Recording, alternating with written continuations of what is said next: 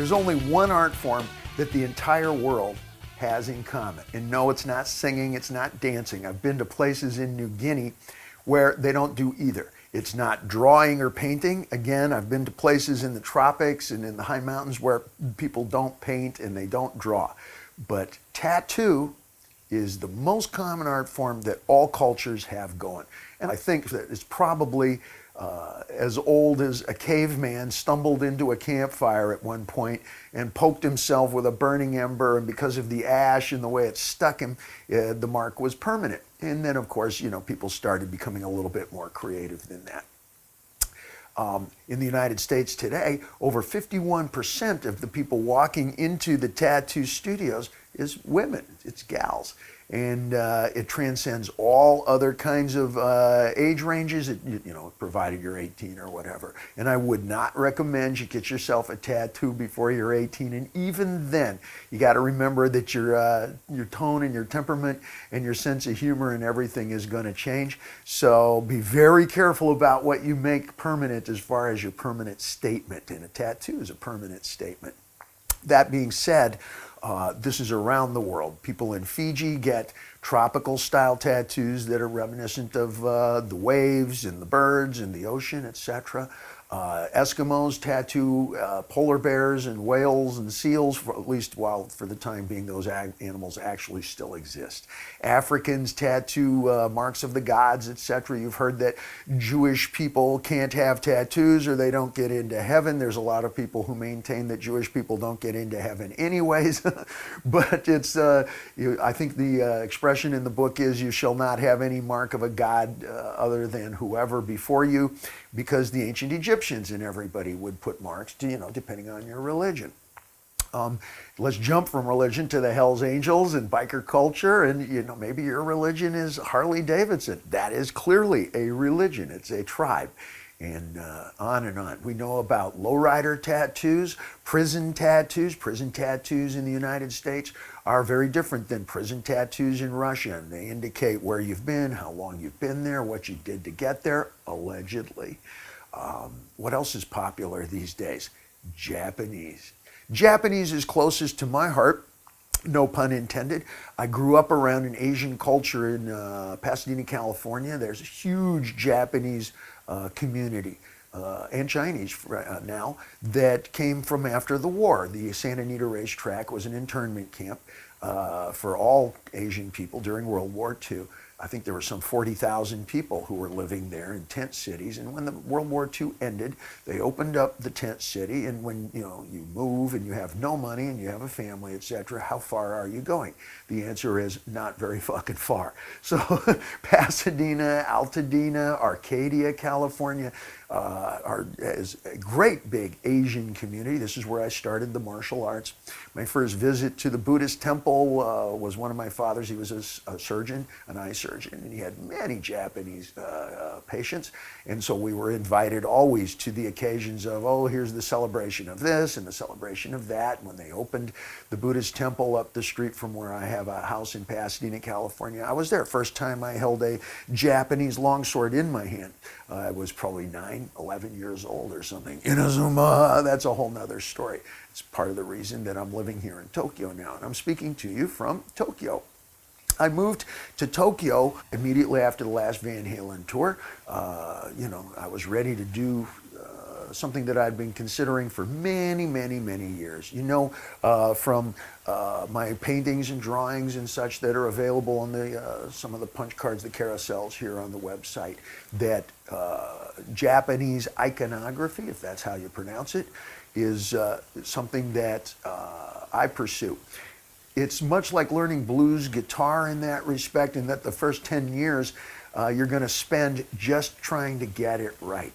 And then maybe you'll try to innovate beyond that, or you become a purist and you try to, as I do, simply make it as legitimate and authentic.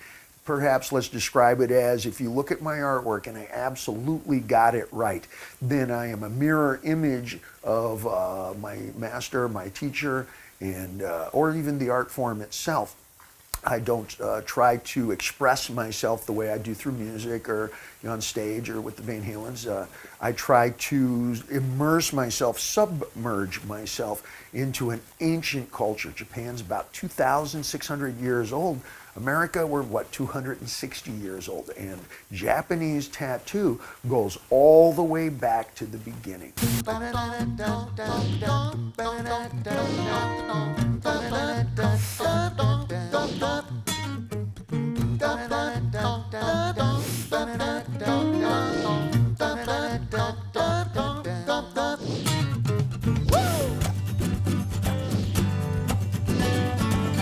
Red Bull and Pop-Tarts.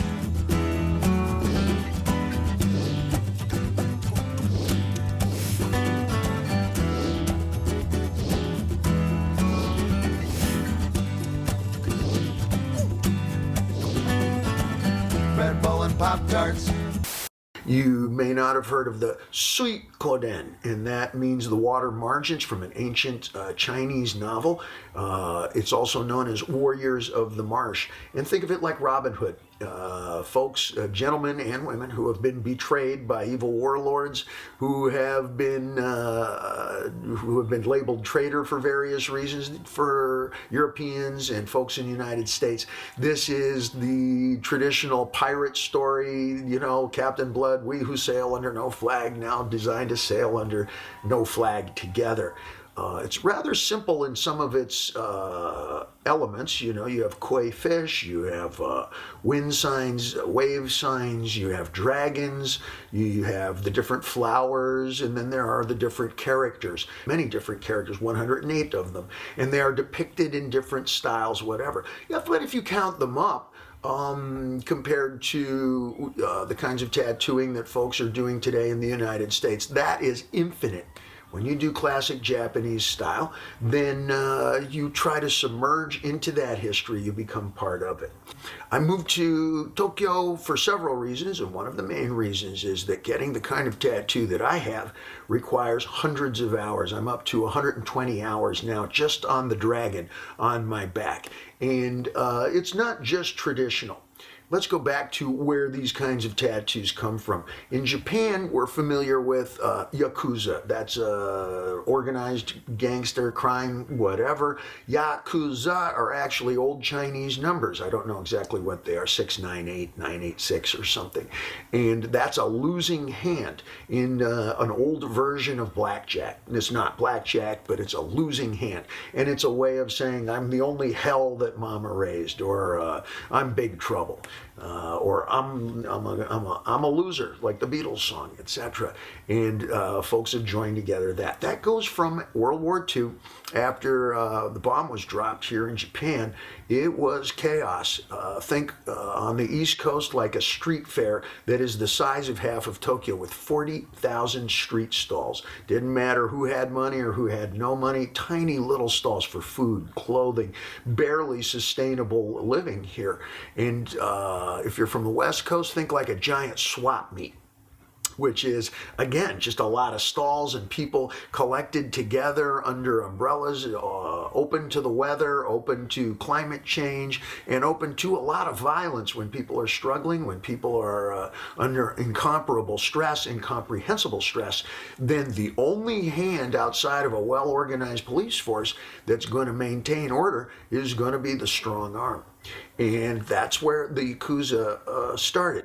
They variously extracted, pay off for protection, protecting the various stall owners from each other, and nobody was protecting them from the gangsters, but that's an old story. That's as old as everything that happened in Europe, Russia, everything that happens in New York, Philadelphia, Pittsburgh, San Francisco, etc. It's a variation of the story.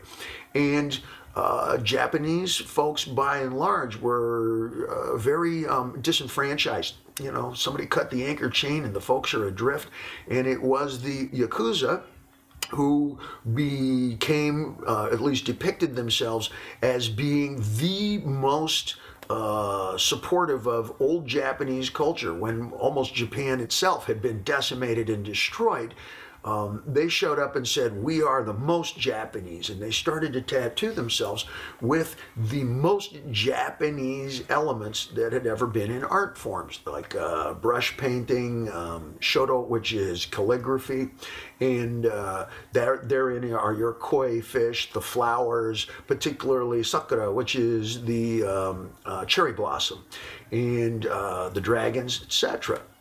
Also, because there were no bathrooms, there was no hot water, there's no heating. This is where the bathhouse culture came from. Whole families went to the baths routinely every few days, because who even had water? You had to go get it from a pail from a fountain somewhere, and that might be miles away. And this was all over the country. So how do you declare who you are when everybody's sitting around either naked or with a tiny little bath towel? And this again is whole families. You get the same tattoo.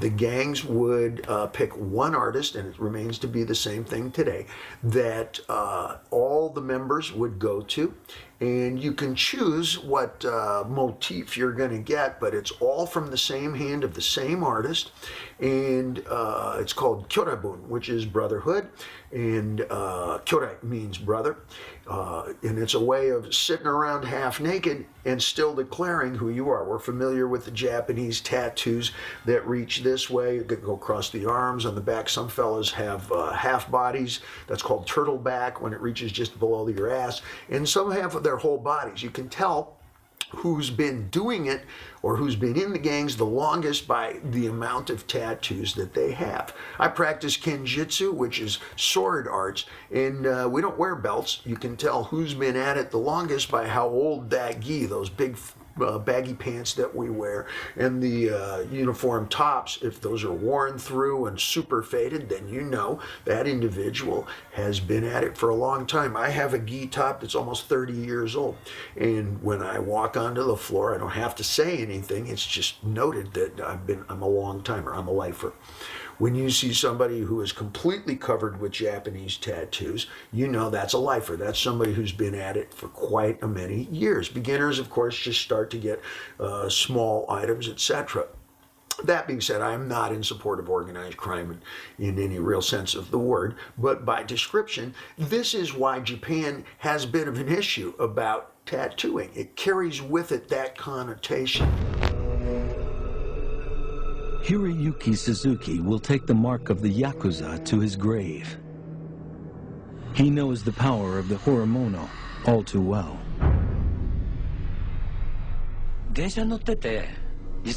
When people see a tiny bit of my tattoo under my sleeve or my collar, the color of their face changes. I see fear in them. It happens in the bathhouse. People stop talking when I come in, and then they leave. It's not a fear of me personally, but a fear of the tattoo. The backgrounds that you see are every bit as important to the depiction of the characters. If you have a dragon or a koi fish, underneath is called bokashi. It means backgrounds or shading, and that again is part of the style, so that it dignifies where this came from, what it's about. There are many people in the United States who have picked up this blues guitar, so to speak, and mastered it quite well. However, to the trained eye, you can tell who grew up around it. If you learned Spanish in school, no matter how well you learned it, if you grew up around it, the accent's going to be a little bit different. If you play blues guitar from down south and you actually grew up in Tennessee and Rutherford, Mississippi, something like this, then the sounds are part of your childhood. And there's going to be a little bit of an accent or an inflection to the way you play that to the trained ear is different, no matter how well you love it. If you grew up around it, then it carries with it a little bit something extra. My eye can pick it up. And it was very important to me that I come across the water. And no, you can't just drop in. This isn't like Hollywood style. This is not something that's a smaller tattoo. You're going to spend hundreds of hours doing this, and you can't do it in a row. Once you've gotten an hour's worth of this, some people can only do 1 hour a week, if that much. And we're talking about using electric machine. If you're going Tebori style, again, it's a tiny bit in the right hands, a tiny bit less painful, but the healing process is something that everybody has a little differently. Some people feel very nauseous after a session. Others only feel nauseous when they see the bill. That's sort of a running joke. Today, it's not just Gangsta Element who are getting this. It's hundreds and hundreds of super shops all over Japan, all over Asia, in fact, who are very adept at this kind of a style. And it's no longer just underground. You can easily find hundreds of tattoo masters and folks who are just, really good at it. In the backs of some great magazines. I'm going to be doing an interview with a magazine called Tribolt. It's in English, but the rest of the magazine is in Japanese. And I don't know if they've ever, they've had a couple of gaijin, means foreigner. They've had a couple of white boys in and around the magazines, but 98% is Japanese, Chinese artists, Japanese, Chinese clientele. And virtually none of them, from what I can discern, have a connection to the underground, aside from the arts, the entertainment, chefs, cooks, military, police, anybody who's coming out of any kind of a design background, architecture, etc. These are very popular elements. Very, very unusual to find a chef under the age of 40 these days who doesn't have ink somewhere, whether that's 3-star, 5-star, or even just fast fire cook. If you make your living around the arts and the entertainment, the fine arts, then ink is a way of expressing who you are and or where you think you're going or where you've been.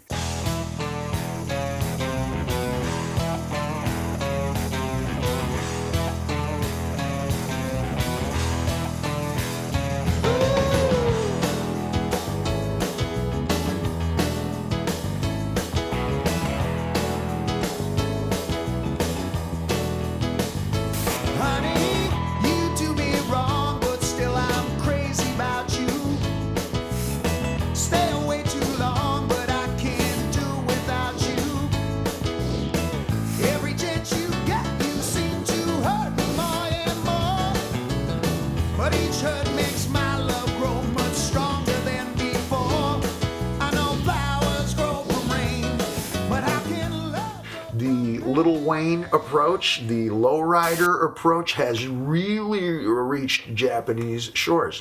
What we're doing here, what we're seeing here in terms of tattooing, is every bit as much of that. And the Japanese are the best at appropriating an idea because they don't live and die by certain neighborhoods. In Southern California, lowrider neighborhood is different than surf neighborhood, which is different than the San Bernardino biker neighborhood, etc. Here in Japan, everybody's kind of mishmashed together in the idea of, pick and choose, sort of learning all the spices and tastes in the kitchen so that you can cook creatively, is very popular today. My artist's name, he's not mine, but the artist that I work with is named Nihi. That's he's one name fella, like Sting. And Nihi works at out of a studio called Sunskulit, Sunsqlit, which is how Japanese in Gairigo, which is kind of Gaijin English patois, is their way of saying Sanskrit, Sunskillet. There's a fella who's named Apocalypse, but he spells it Apocrypt, Apocript. It's kind of cool, Anyways, he is as good at lowrider icon, however you say it, lowrider shit, as he is a Japanese classic, because he grew up around Japanese classic. That's something that's just ingrained with him. If you grew up around Popeye and Betty Boop, then that's what you can do really, really articulately. But I saw, a picture that he had done of the praying hands, which is classic lowrider style. And I asked him, do a lot of clients get that? He said, oh yeah. I said, do you know what it means? He had no idea. I said, well, you know that's Catholic. He said, meant nothing to him, in that it was just great art, and it seemed to symbolize something that was familiar through video and television and radio.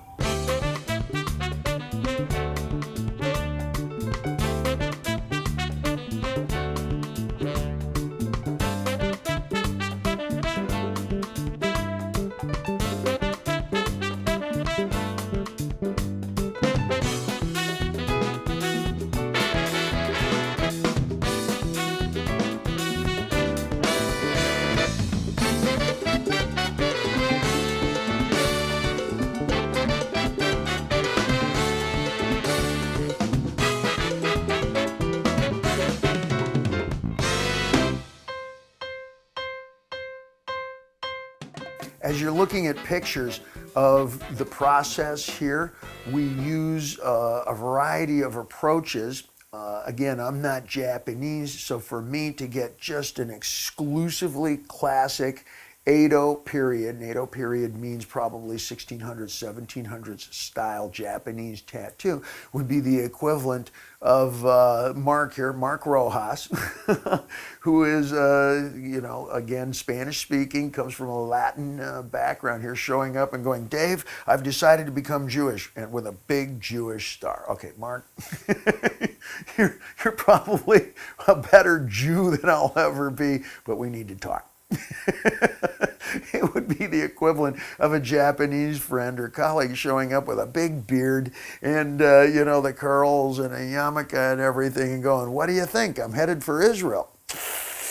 It becomes implausible to a degree. And for me to get something that is essentially just classic, I'm never going to be Japanese. Almost, but not quite.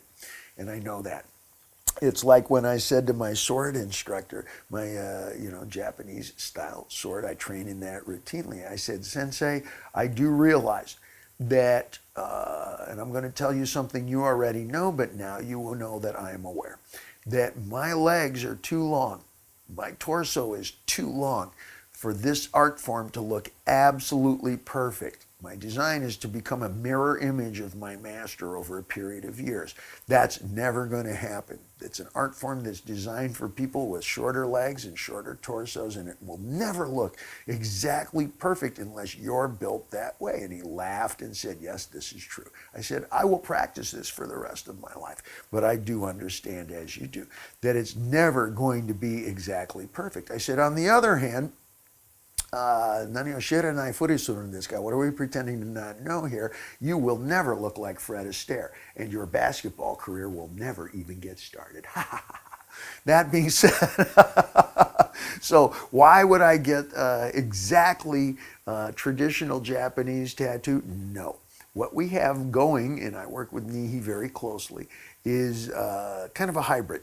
He grew up around this kind of an art form, so you bet it looks like the Japanese hand from across the room. You can tell that a Japanese hand from this country did it, and that's part of the reason that I moved here. However, the colors and some of the shaping and some of the backgrounds that we have done are hot rod style, New York City downtown below 14th Street style.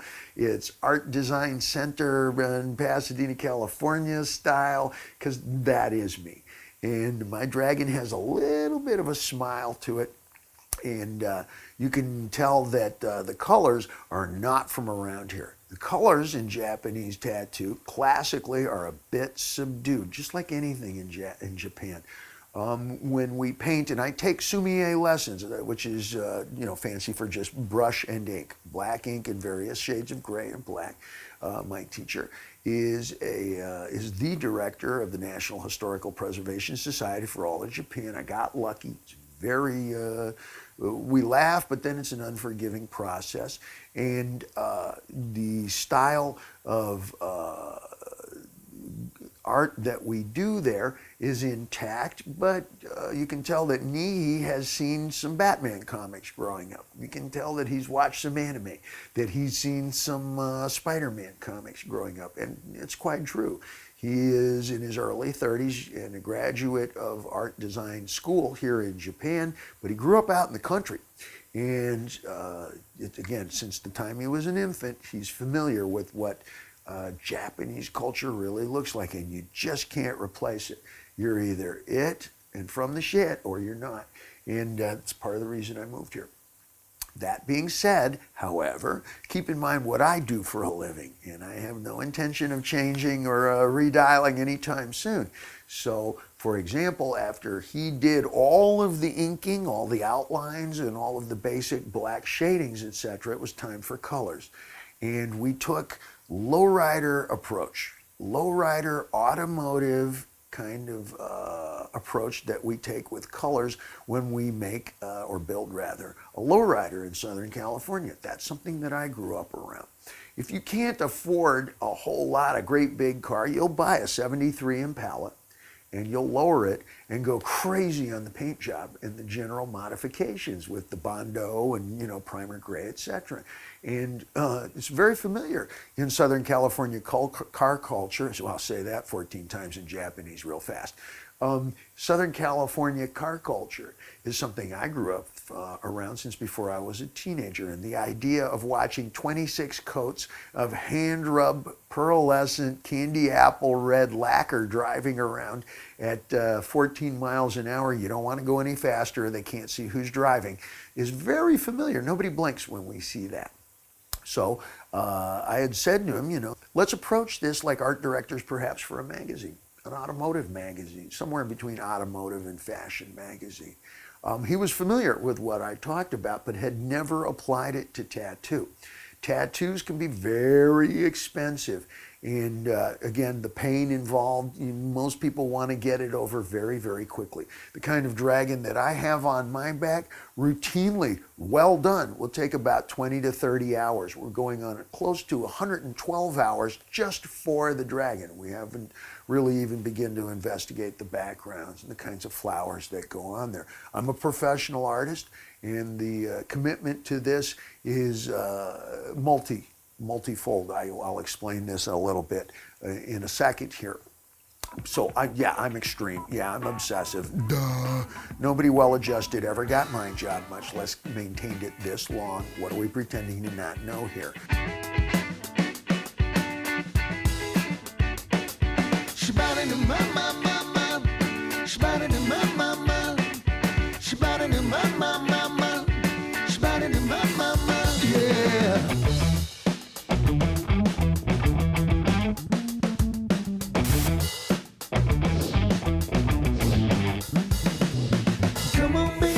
Slip away. You know I'm in a hurry, wanna leave right away. Don't make sense of it, ain't the real thing. Don't make sense of it. One of the approaches that we took to the colors is, instead of subdued Japanese colors, we researched inks from all over the world. I had Mark here behind the cameras get in touch with tattoo shops in Paris, London, Miami, New York City, and Los Angeles, and investigated all the varieties, the greatest artists that we could identify through the magazines. And I subscribe to the magazines. I'm routinely attending shows, etc. And identify what is the most pearlescent white, what is the most opaque white, and I'm not even sure what opaque meant until I got it. What's the brightest white? What's the shiniest white? And that's all different. And now that I mention it, go, you're right. There are varieties of that. Again, black is the same thing. There's no such thing as just black. Anybody who says basic black does not know what they're talking about. When you go to design school or art school on any coast in the United States, at least, you're going to spend the first few weeks inventing your version of black. Some people like intense and completely dense that reflects light back, and others like something that's a little less committed but perhaps a little more genteel. We have several different kinds of black ink now. In fact, we used 4 different kinds of black ink in my tattoo, and we did this in the color spectrum. We did it in yellows, we did it in whites, we did it in pinks, reds, throughout the color spectrum. There are magnificent artists in the United States. Jeff Gogwe is one. We have have Chris O'Donnell, who's East Coast, and the list is quite long. We contacted a number of people, and then I have the wherewithal, being in rock and roll, to not only reach out to these folks, but to buy these kinds of inks and purchase them and bring them. Is where most tattoo artists, that's an extensive thing. That's beyond reach, and certainly very few clients would take that kind of a commitment to doing the project. Most walk in, identify what it is they want, walk out 20 to 30 hours later. Not me. I showed up with 14 different kinds of white, and he laughed. And then we identified which is the brightest, which is the most dreamlike, which has the most shine, which has no shine at all, and then decided on which parts of the dragon to use. And then I gave him all 14 bottles of the ink that were collected from around the world. And I laughed and said, you should have a special, white everything, half price for the next 4 weeks. We did that with black. We did it with yellow. And there's a difference between Donald Duck yellow, think of that brilliantine yellow that's on Donald's bill, is that what it's called, his nose? Or Japanese yellow has a bit of green in it. It's subdued. It's a little closer to what a dandelion would have, or a butterfly would have. That's not brilliantine yellow. It's something with a little more, a little more depth to it. And we followed through on different colors of yellow, different shades of yellow. We did that with the entire color spectrum. On parts of the dragon, we used what I call Elvis colors. The scales that run up the back of the spine, that's called sebide, those kind of spinal shells that run up the back. Usually they do that in a very subdued color. We did it in pink and white, which is kind of the way Elvis dressed. And we used that in some of the flower work, etc. The claws that we used are brilliantine yellow, atomic yellow. It was the name of the color. We found that from a fella in Paris, France. There's a million different shades of yellow, and we began to mix and match, and then we did multiple coats of it. When you build yourself a lowrider, and this is the working familiar thing that I know from, you don't just get it in 1 or 3 or 5 coats of paint. That the more you layer it up, the more it reflects back. First, you're going to get primer gray, and then you're going to layer on a pearlescent coat of paint, something that is very reflective. And then on top of that, the opaque colors. And the more you layer on those colors, and I mean it when I say 26 coats of hand-rubbed lacquer, the more it both reflects back light, and at the same time, it seems to have depth. This is a refined art form in automotive culture now, and I don't know that many people have applied it to tattoo art. Well, no, we didn't do 26 coats of ink, but once we started getting up into 4 and 5 and 6 coats of yellow and pinks and whites, etc., then the dragon that I have on my back begins to become something quite special, and it's a hybrid. What does it represent? Why the dragon? It's modern, it's skinny, it's noisy, it's got humor, it's dangerous, violent, sexy, and all the things I'd love to think I was.